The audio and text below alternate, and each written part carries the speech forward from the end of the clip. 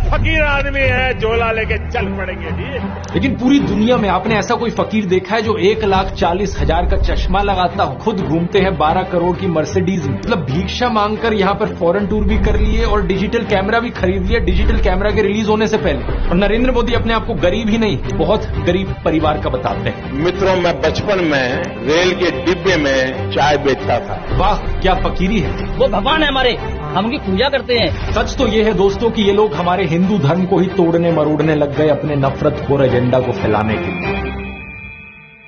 नमस्कार दोस्तों, जर्नलिस्ट अनिल यादव एक बीजेपी वर्कर मंगल वाजपेयी से बात कर रहे थे कानपुर में। मंगल एक लोडर का काम करते हैं, यानी गाड़ियों में सामान चढ़ाने का काम करते हैं। क्या नाम बताए? योगी साहब। मेरा मंगल वाजपेयी है। मंगल वाजपेयी है। यहाँ लोडर का काम करवाते हैं। साथ ही साथ ये बीजेपी एमएलए महेश त्रिवेदी के लिए वॉलंटियर भी करते हैं। ये उम्मीद जता रहे थे कि बीजेपी इस बार 400 पार करेगी। चुनाव में किसका माहौल है? बीजेपी जीतेगी। जीतेगी 400 के ऊपर।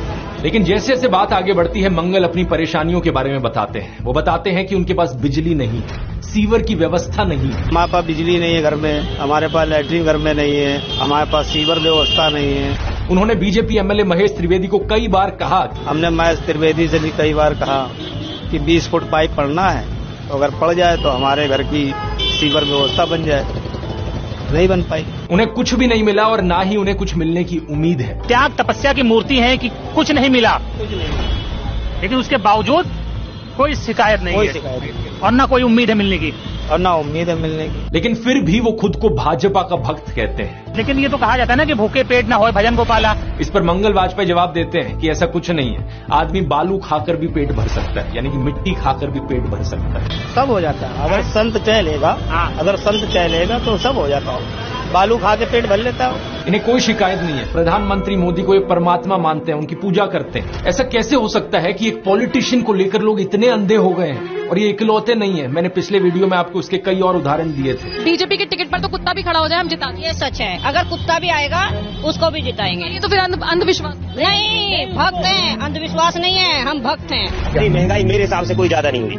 अब मैं 10 साल से बनियान नहीं पहन रहा, देखो आप। वो भगवान है हमारे, हम उनकी पूजा करते हैं। ऐसा हुआ है इमोशनल मैनिपुलेशन और ब्रेन वॉशिंग की वजह से। एक बड़े स्केल पर देश में लोगों का ब्रेन वॉश किया गया है। और जो माफिया यहाँ पर ब्रेन वॉश कर रहा है लोगों का, वो 4 डिपार्टमेंट्स पर काम करता है। पहला डिपार्टमेंट लोगों में गर्व और अहंकार भरता है कि आप महान हो क्योंकि आप हिंदू धर्म में पैदा हुए। दूसरा डिपार्टमेंट आपको एहसास दिलाता है विक्टिमाइजेशन का, कि सदियों से, 1000 सालों से आपके पूर्वज विक्टिम बनकर रहे थे। तीसरा डिपार्टमेंट आपके अंदर डर भरता है कि आपको खतरा है उन लोगों से। और चौथा डिपार्टमेंट यहाँ नरेंद्र मोदी को मसीहा बनाता है कि सिर्फ नरेंद्र मोदी ही आपको बचा सकते हैं। पहले 3 डिपार्टमेंट्स की मैं 3 अलग अलग वीडियोस में ऑलरेडी बात कर चुका हूं। अब वक्त है इस चौथे डिपार्टमेंट को एक्सपोज करने का। नरेंद्र मोदी की कल्ट ऑफ पर्सनैलिटी, कैसे इनके इतने सारे फेलियर्स के बाद भी लोगों को इमोशनली मैनिपुलेट किया जाता है कि लोग इन्हें भगवान मान बैठे। आइए जानते हैं आज के इस वीडियो में।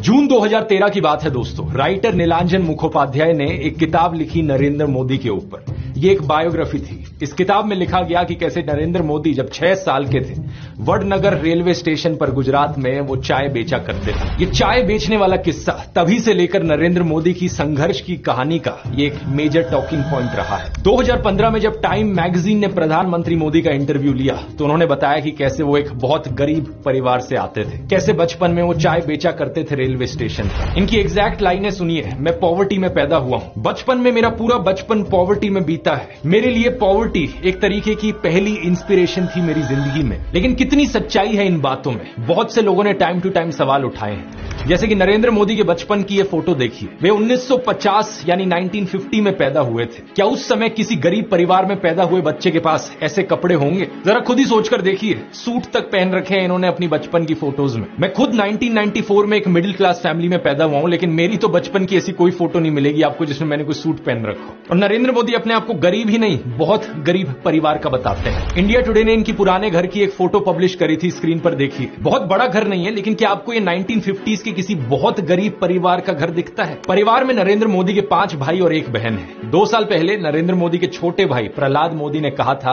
कि उन 5 भाइयों में से जिसका नंबर लगता था वो मदद करने चले जाता था। उनके पिता ने पूरी जिंदगी चाय बेची, उन 5 भाइयों और 1 बहन को बड़ा किया।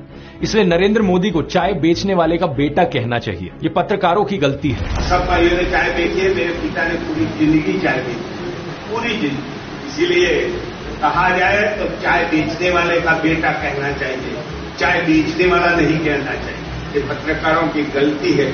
2014 में कांग्रेस नेता अहमद पटेल ने कहा था कि नरेंद्र मोदी कभी चाय वाला नहीं थे, बल्कि वो एक कैंटीन ठेकेदार थे। अब कांग्रेस की बात पर कितना यकीन किया जाए नहीं किया जाए, लेकिन 2021 में बीजेपी ने भी ये कैंटीन वाली चीज अनइंटेंशनली एक्नॉलेज करी थी। रेलवेज मिनिस्टर अश्विनी वैष्णव ने इंस्ट्रक्ट किया ऑफिशियल्स को कि वो वडनगर रेलवे स्टेशन पर एक कैंटीन को ब्यूटीफाई करें। इंडिया टुडे के आर्टिकल में यह क्लियरली लिखा हुआ है और इसके नीचे एक फोटो भी लगी है इस टी स्टॉल / कैंटीन की, जो नरेंद्र मोदी के पिता चलाया करते थे। हाल ही में लिखे गए CNN के इस आर्टिकल को देखिए। नीलांजन मुखोपाध्याय खुद कहते हैं कि मोदी की जो पॉवर्टी की कहानी है वो ग्रॉसली एग्जैजरेटेड है, यानी कि बहुत बढ़ा चढ़ाकर लोगों को बताई गई है। इतना ही नहीं, एक दूसरे आर्टिकल में नीलांजन बताते हैं कि नरेंद्र मोदी के पिता के पास इतने पैसे थे कि वो मोदी और उनके भाइयों को स्कूल भेज पाए, और स्कूल जाने का मतलब था कि वो कहीं और फुल टाइम काम नहीं कर सकते थे, बस वो स्कूल के बाद अपने पिता का हाथ बटाया करते थे। ये सब सुनकर एक बहुत बड़ा सवाल आपके मन में आएगा कि ऐसी कहानियों को क्यों बढ़ा चढ़ाकर हमें बताया जाता है। नीलांजन कहते हैं ऐसा इसलिए किया जाता है ताकि इंडियन पब्लिक को एक आइडिया बेचा जा सके।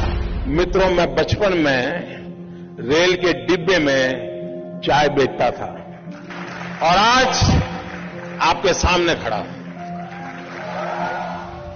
कोई भी इंसान अगर समझदारी से सोचे तो वो जानता है कि इस बात से फर्क नहीं पड़ता। एक अच्छा नेता गरीब परिवार से भी आ सकता है और अमीर खानदान से भी आ सकता है, और यही चीज कही जा सकती है एक बुरे नेता या डिक्टेटर के बारे में भी। उदाहरण के तौर पे बात करें, कंबोडिया का जो डिक्टेटर था पोल पॉट, वो एक अमीर खानदान से आता था, लेकिन इटालियन डिक्टेटर बेनिटो मुसोलिनी एक गरीब परिवार में पैदा हुआ था। उसके पिता एक ब्लैक स्मिथ थे और वो बड़े गर्व के साथ इन चीजों को प्राउडली एक्सप्रेस करता था कि कैसे वो जनता के बीच से निकल कर आया है। रशियन डिक्टेटर जोसेफ स्टालिन के पिता एक मोची थे, यानी जूते बनाने वाले, और मां एक धोबिन थी। और दुनिया का सबसे जाना माना तानाशाह हिटलर भी एक गरीब परिवार में पैदा हुआ था, लेकिन गरीब परिवार में पैदा होने का मतलब यह नहीं कि उसने गरीबों के लिए काम किया था अपने करियर में। उल्टा जानते हो क्या, हिटलर चंदा धंधा का मॉडल चलाता था अपना खुद का। उसके समय में बहुत सी क्रॉनी कैपिटलिस्ट कंपनियों ने करोड़ों का प्रॉफिट कमाया। IG फार्बन, डॉयचे बैंक, BMW, कुछ गाड़ियों की कंपनीज जिनको आज आप जानते हैं और कुछ लोग इन गाड़ियों के पीछे बड़ा भागते हैं, पोर्शे, मर्सिडीज बेंज, फोल्क्सवागन, इन सब कंपनियों ने चंदा डोनेट किया था हिटलर को अपने समय में। 2016 में BMW ने माफी भी मांगी थी इस चीज को लेकर। इस आर्टिकल को देखिए, रिग्रेट एक्सप्रेस किया था कि वो एक समय पर हिटलर को सपोर्ट किया करते थे। इंडिया की बात करें तो हाल ही में हमने देखा इलेक्टोरल बॉन्ड स्कैम। मैंने पूरा वीडियो बनाया इस पर कि कैसे ये एक घोटाला नहीं बल्कि घोटालों का भंडार था। बहुत सी कंपनियों को इससे फायदा हुआ और आम जनता को नुकसान। पिछले 10 सालों में प्रधानमंत्री मोदी के मित्र जैसे कि गौतम अडानी भरपूर तरीके से अमीर बनते रहे और देश के 80 करोड़ गरीब लोगों को 5 किलो मुफ्त अनाज लेने पर मजबूर कर दिया गया। बेरोजगारी और महंगाई ने गरीब लोगों की कमर तोड़कर रख दी है आज के दिन। अब तो ऐसी सिचुएशन आ चुकी है कि नरेंद्र मोदी खुद को गरीब परिवार का बताते हुए जिन राहुल गांधी को एलीट वर्क का प्रोजेक्ट करते थे, युवराज कहते थे, आज वही राहुल गांधी खुल्लम खुल्ला गरीबों को कह रहे हैं कि वो गरीबों के हैं और नरेंद्र मोदी अडानी अंबानी जैसे अमीर सेठों के हैं। अडानी को बिना मजदूरी बिना कुछ लाखों करोड़ रुपए देते हैं तो कहते हैं देखो देखो देखो विकास हो रहा है। हमने मनरेगा किया, मजदूरी के लिए पैसा दे रहे हैं और कहते हैं गरीबों की आदत बिगाड़ रहे हैं। मैं आपका हूं, वो उनके हैं। राहुल गांधी कह रहे हैं कि जितना रुपया नरेंद्र मोदी ने अडानी को दिया है उतना रुपया वो देश के गरीब लोगों को देंगे। और मैं देश को फिर से दोहरा के कह रहा हूं, जितना पैसा नरेंद्र मोदी जी ने इनको दिया है ना, उतना ही पैसा हम हिंदुस्तान के गरीब लोगों को देने जा रहे हैं। महालक्ष्मी योजना, पहली नौकरी पक्की योजना, इन योजनाओं के माध्यम से करोड़ों लाखपति बनाएंगे। इन्होंने 22 अरबपति बनाए, हम करोड़ों लाखपति बनाए। प्रधानमंत्री मोदी इसका ज्यादा जवाब दे नहीं पाए। उल्टा उन्होंने कोशिश करी थी ये कहने की कि अडानी अंबानी एक्चुअली में कांग्रेस के साथ मिले हुए हैं। शाहजाद घोषित करें इस चुनाव में ये अंबानी अडानी से कितना माल उठाया है। मार्च में आई इस रिपोर्ट को देखिए, भारत में इनकम इनइक्वालिटी 100 साल में सबसे ज्यादा हो गई है। इतनी बुरी हालत अंग्रेजों के जमाने में भी नहीं होती थी। ऐसे में अगर राहुल गांधी ने संकल्प लिया कि अगले 5 सालों में वो सभी 22 करोड़ गरीब लोगों को गरीबी से निकाल देंगे तो इसमें क्या गलत किया। लेकिन पीएम मोदी इस बात पर भी तंज कसने लगे। उनके पास खुद कोई अपना विजन नहीं है। 80 करोड़ लोगों के हाथ में कटोरा पकड़ा दिया और अगले 5 सालों के लिए यही 5 किलो अनाज वाली स्कीम एक्सटेंड कर दी। ना रोजगार का कोई प्लान बताया है, ना महंगाई कंट्रोल कैसे होगी ये बताया, ना गरीबी कैसे हटेगी ये बताया। और जब राहुल गांधी ने सबके लिए रोजगार की बात करी तो प्रधानमंत्री मोदी उनका मजाक उड़ाने लग गए। कांग्रेस के शाहजादे ने अभी घोषणा की, आप भी सुनकर के हंसोगे। सुनाऊं?